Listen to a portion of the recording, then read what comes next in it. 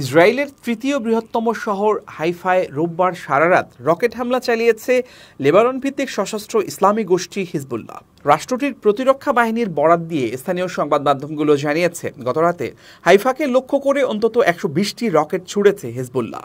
হাইফার প্রশাসনিক কর্মকর্তা ও জনপ্রতিনিধিরা জানিয়েছেন, ইসরায়েলের গুরুত্বপূর্ণ এই বন্দর শহরে এই প্রথম এমন হামলার ঘটনা ঘটল। এয়ার ডিফেন্স সিস্টেমের মাধ্যমে অবশ্য ১১৫টি রকেট লক্ষ্যবস্তুতে আঘাত হানার আগেই ধ্বংস করে ফেলেছে আইডিএফ। তবে ৫টিকে ধ্বংস করা যায়নি।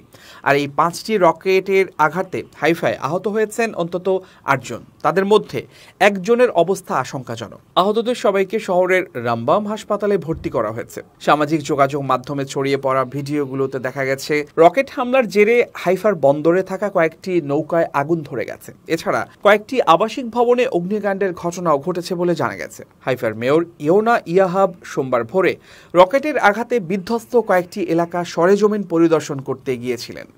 সেখানে অপেক্ষমান সাংবাদিকদের তিনি বলেন, এই প্রথম হাইফায় সত্যিকারের ধ্বংসাত্মক হামলার ঘটনা ঘটল এবং আমি আশা করছি এটিই শেষ হামলা হবে। হামলায় যা যা ধ্বংস হয়েছে তা মেরামত করা হবে। পৌরসভার লোকজন এই মেরামতের কাজ দেখভাল করবে। হামলার দায় স্বীকার করে সোমবার সকালে একটি বিবৃতি দিয়েছে হিজবুল্লাহ। সেখানে বলা হয়েছে, লেবাননে ইসরায়েলি অভিযানের প্রতিবাদে এই রকেট হামলা চালিয়েছে গোষ্ঠীটি।